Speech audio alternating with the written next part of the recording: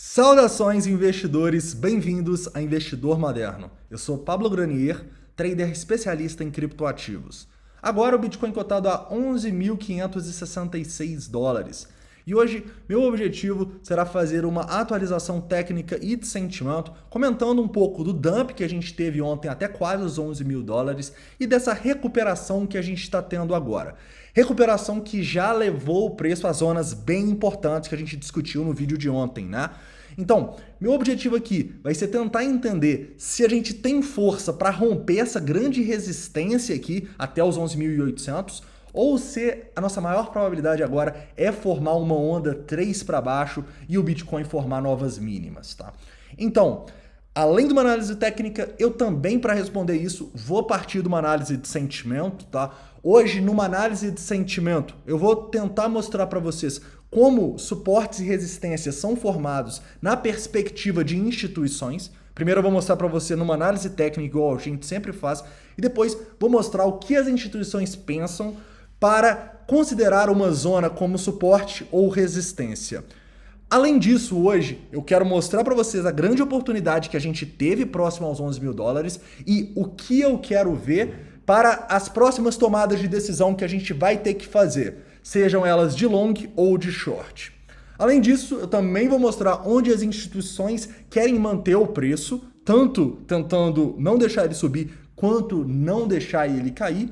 E para finalizar, eu vou falar um pouquinho do S&P e do ouro. O S&P que, acreditem se quiser, quase formou nova máxima histórica hoje, um novo all-time high. Por 0,3% ele não formou. E o ouro que está numa tendência de baixa aí, né, no curto prazo e caiu muito nos últimos dias. Então vamos falar um pouquinho dos mercados globais aí também, com foco, é claro, no Bitcoin. Então, vamos lá. Começo aqui de 1 hora na BitMEX para relembrar vocês dois pontos. Primeiro, o Bitcoin, ele respeitou o nosso grande suporte próximo aos 11 mil dólares. E sem dúvidas, a gente teve uma acumulação interessante aqui, igual a gente vai ver numa análise de sentimento. Porém, nesse momento, o Bitcoin conseguiu ir justamente nas zonas que a gente estava de olho para pensar em short, né? Que é essa região entre os 11.600 e os 11.800. E pela análise técnica, por que essa é uma zona importante para a gente? Por vários motivos. Primeiro, os nossos indicadores de tendência e que mostram suporte e resistência estão justamente nessa zona. Ou seja, as nossas médias exponenciais e a nossa nuvem de Ishimoku está bem aqui. Mas o mais importante pela análise técnica para mim é realmente ver onde as pessoas compraram e venderam e a gente consegue enxergar isso muito claramente nessa região entre os 11.600 e 11.800, tá? Quando eu vou falar das instituições e como elas consideram suporte e resistência, lembrem-se dessa zona que tem muita compra e venda nos 11.600 até os 11.800, tá?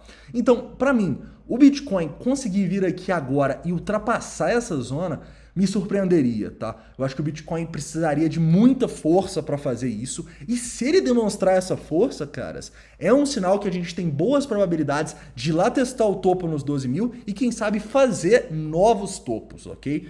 Mas, de maneira alguma, eu compraria agora numa resistência aqui que não vai ser fácil de ultrapassar.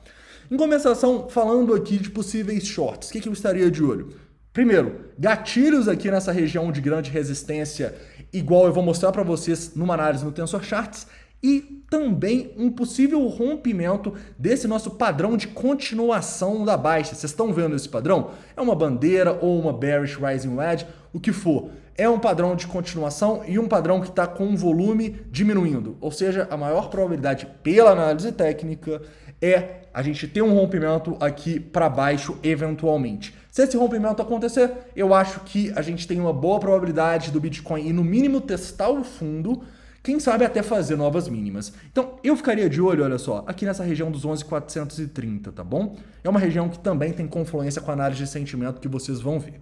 Então, caras, acredito que da análise técnica é isso que eu queria passar com vocês. O vídeo de hoje vai ser um pouco mais focado na análise de sentimento.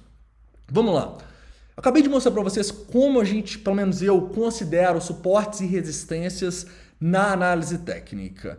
E a análise de sentimento acaba que é bem parecido. Mas eu vou tentar puxar com vocês como as instituições trabalham nesse mercado e qual é o principal objetivo delas.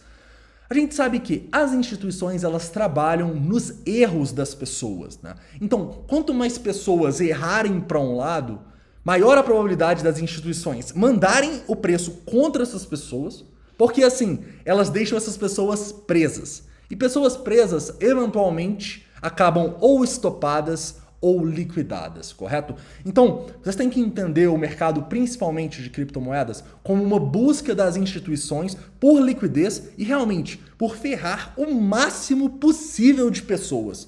Então, quando elas identificam pontos onde muitas pessoas compraram errado ou venderam errado, tipicamente o preço ele vai andar contra essas pessoas.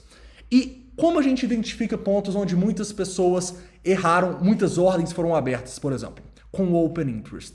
Então, se eu vejo em um range o Open Interest subindo muito, isso me mostra que teve muitas ordens sendo abertas nessa região e essa é uma região que eu tenho que ficar de olho. Onde vocês veem o Open Interest subindo aqui, que é este nosso indicador aqui.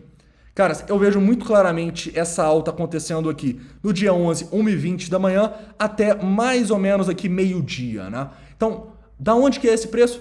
1h20 da manhã, mais ou menos em 10.830, até meio-dia, mais ou menos em 10.600. Então, a gente sabe que muitas ordens foram abertas nesse ponto. A gente sabe se teve mais pessoas apostando em long ou short? Sabe. Como? Long short ratio. A gente consegue enxergar que nesse ponto muitas pessoas entraram em long. Então eu sei e as instituições sabem que entre os 11.830 e os 11.600 muitas pessoas estão presas. Correto? Então, para começar aí, as instituições já sabem que elas têm que mandar o preço mais distante possível desse ponto para estopar e liquidar essas pessoas. É o que a gente tem aqui com o preço chegando ali nos 11.100 dólares, correto? Mas agora, vamos pensar na segunda parte dessa teoria. O que acontece quando o preço volta nessa zona onde muitas pessoas estão presas? Essas pessoas que estão presas, elas tendem a sair com um lucrinho ou no 0 a 0. Não entendeu? Eu acho que todo mundo já passou por isso, né? Quando você tá numa operação perdedora, você fica dias numa operação perdedora e o preço vai lá, volta, você vende no 0 a 0 ou com lucrinho, aí depois o preço até continua, né? Faz parte. Mas isso é uma coisa que acontece muito no mercado, tá? E esse é um dos principais erros em todos os mercados, mas no mercado das criptomoedas, um dos principais aí que faz mais pessoas perder dinheiro. Hoje em dia eu não me permito mais fazer isso, tá? E se você está fazendo isso, tente repensar essa sua estratégia, porque você aceitar uma perda por vários dias e quando o preço volta na sua região, você sair no 0 a 0, é sim uma das piores coisas que você pode fazer, tá bom? Mas vamos lá, isso é um fato. Muitas pessoas fazem isso. Então, quando o preço volta nessa região dos 11.600, existe uma grande oferta no caso, né? Já que essas pessoas compraram e agora estão tentando vender, uma grande oferta de pessoas tentando sair no 0 a 0. Então, o que acontece? As instituições não querem que o preço volte aqui e salve essas pessoas, ao mesmo tempo que essas pessoas estão desesperadas para sair. Então, quando o preço vai lá, a gente tem dois motivos muito claros para ele não conseguir subir, ultrapassar os 11.800 e salvar essas pessoas, ok? É o que a gente vê aqui, por exemplo, nessa resistência muito clara que a gente está tendo um pouquinho acima de 11.600, correto? Então, investidores, para mim, é a maneira como as instituições enxergam suporte e resistência no mercado. Eu não acho que as instituições estão olhando Fibonacci, médias, não. Eu acho que elas realmente estão de olho onde as pessoas ficaram presas e, a partir daí, elas conseguem ganhar o dinheiro dessas pessoas, ok? Então, eu fiz essa análise só para corroborar que essa região dos 11.600 e 11.800 é uma zona de extrema importância e é uma zona que... É uma zona onde, sim, você deve colocar o seu stop loss um pouco acima dela, porque se o preço conseguir ultrapassar essa zona, a tendência é que ele continue indo nessa direção, correto?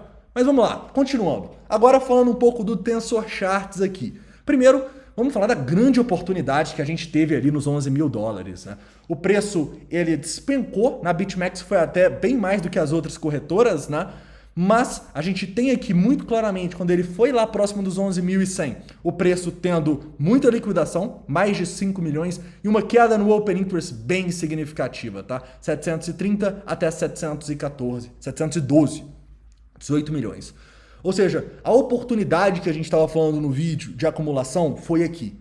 Ok? Pena aí que foi de madrugada, né? Muitos não devem ter conseguido pegar, mas isso sim é uma oportunidade. E ainda com um gatilho, né, de price action, a gente pode ver aqui uma sombra bem grande sendo formada aqui, correto? Então quem entrou, parabéns, foi uma entrada boa pela análise técnica, já que era um suporte importante, e também pela análise de sentimento.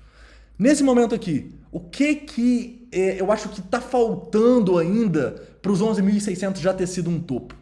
Cara, eu acho que é um pouco de liquidação e queda mais significativa no Open Interest, tá bom? Então, eu não me surpreenderia do preço agora dar mais um pumpzinho, buscar quem sabe ali os 11.650, 11.700, estopar e liquidar mais pessoas, e a partir daí a gente tem uma oportunidade um pouco mais clara para shortar, tá bom? Eu vi essas oportunidades aqui um pouco nos 11.600 hoje, tá? Mas já saí, vou mostrar também por quê. E nesse momento que eu tô de olho, tá, a gente conseguir dar esse gatilho para o preço voltar a cair. Então, se ele começar a subir aqui, tiver muita gente sendo liquidada e estopada, eu vou pensar em shortar entre os 11.600 e 11.800, correto? Vamos lá. Continuando aqui e mostrando para vocês onde as instituições estão colocando as ordens, né? Por que eu saí da operação? Caras, porque quando você está numa operação contra a tendência de short e você vê uma predominância do book assim, você não quer se manter nessa operação, correto? Então o que você tem que esperar? Um momento onde muitas pessoas vendem, uma quedinha no Open Interest e coloca o lucro no bolso, correto? Então, nesse momento, quando a gente estava aqui abaixo dos 11.500, eu sabia que era extremamente improvável a gente conseguir romper essa zona, né? Até mandei lá no grupo do Telegram, tá? O link está na descrição para quem não participa do grupo ainda. E essas ordens, elas ainda continuam aqui, tá? Então, eu vejo claramente que as instituições estão tentando manter o preço acima dessa região, aqui próxima dos 11.450 até os 11.350, né? Então, assim, mesmo que a gente acabe rompendo essa região aqui que eu falei dos 11.430, a gente ainda pode ter uma acumulaçãozinha nessa zona, correto? Então, nesse momento que eu realmente estou mais de olho são possíveis shorts com gatilho nessa região entre os 11.600 e os 11.800, ok? Já que você shortar num momento aqui assim, mesmo que perca os 11.430, é muito arriscado na minha opinião, tá bom? Em compensação, se essas ordens sumirem, para mim vai ser um sinal de fraqueza e um sinal que o preço deve voltar a cair. Quem sabe até com um gatilho até um pouco menor, dê para a gente fazer operações se essas ordens desaparecerem.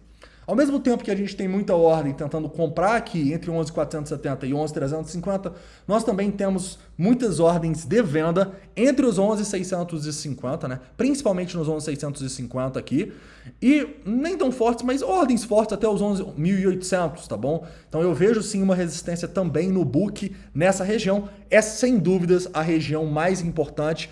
Se o Bitcoin romper, caras, eu acho que ele pode fazer novas máximas. Mas, como eu disse para vocês, acho difícil a gente conseguir ultrapassar essa região, pelo menos aí nas próximas horas, né? Parece que é uma região de resistência muito grande, tanto pela análise técnica quanto pela análise de sentimento.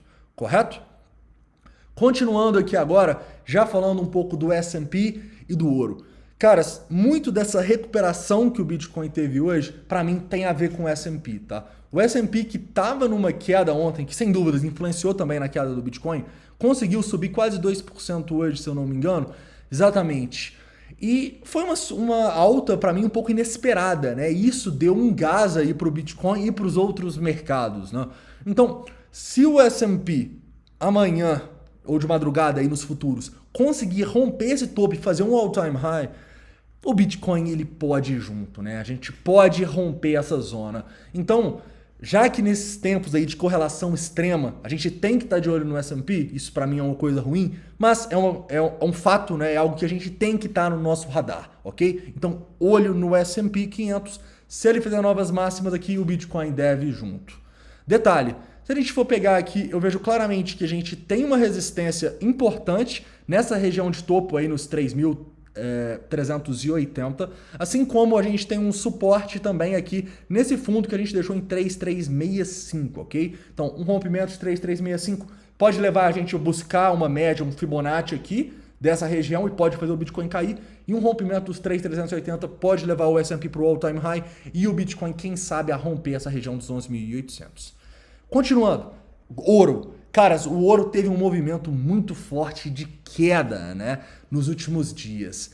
E, na minha opinião, isso é um motivo para se preocupar, para quem tem ouro, né? Não, tá? Eu acho que o ouro ele continua numa tendência de alta muito forte aqui, até fundamentalmente falando, né, com toda a impressão de dinheiro do Fed, o ouro é uma ótima, o ouro e o próprio Bitcoin, né, é uma ótima maneira de diversificar os investimentos, já que a gente está vivendo aí uma bolha, né, que o Fed está conseguindo manter a partir de juros muito baixos e grande emissão de dinheiro, ok? Então, tanto os juros baixos quanto essa grande emissão monetária é algo que fundamentalmente é muito bom para ativos escassos, e eu vejo o ouro no longo prazo com potencial para fazer novas máximas. Então eu não me preocuparia, tá? Essa queda aí, que foi uma queda significativa, tá? Para o ouro ainda mais, uma queda de 10%, né? Uma queda de 10% no ouro é basicamente aí mais do que toda a capitalização de mercado das criptomoedas, então é sim uma queda significativa, tá? Mas eu encaro essa queda muito mais como uma correção. Por que eu tô mostrando isso? Porque eu acho que se o ouro continuar essa queda, eu acho que a gente também pode ter um impacto no Bitcoin, tá bom? Então, olho também no ouro, tá? Se o ouro perder essa região aqui, que é uma região de suporte importante, igual vocês vão enxergar, e continuar essa queda, o Bitcoin pode sofrer também. No ouro eu ficaria de olho nesse suporte na região aqui dos 1.880 e dar essa resistência bem forte que tem nos 1.980, tá bom? Para onde romper aqui, a gente deve ter o ouro caminhando bem. Beleza, investidores? Caras, então é isso, tá? Espero que vocês tenham gostado aí do vídeo de hoje. Não esquece de deixar o like, se inscrever caso não seja inscrito e um forte abraço.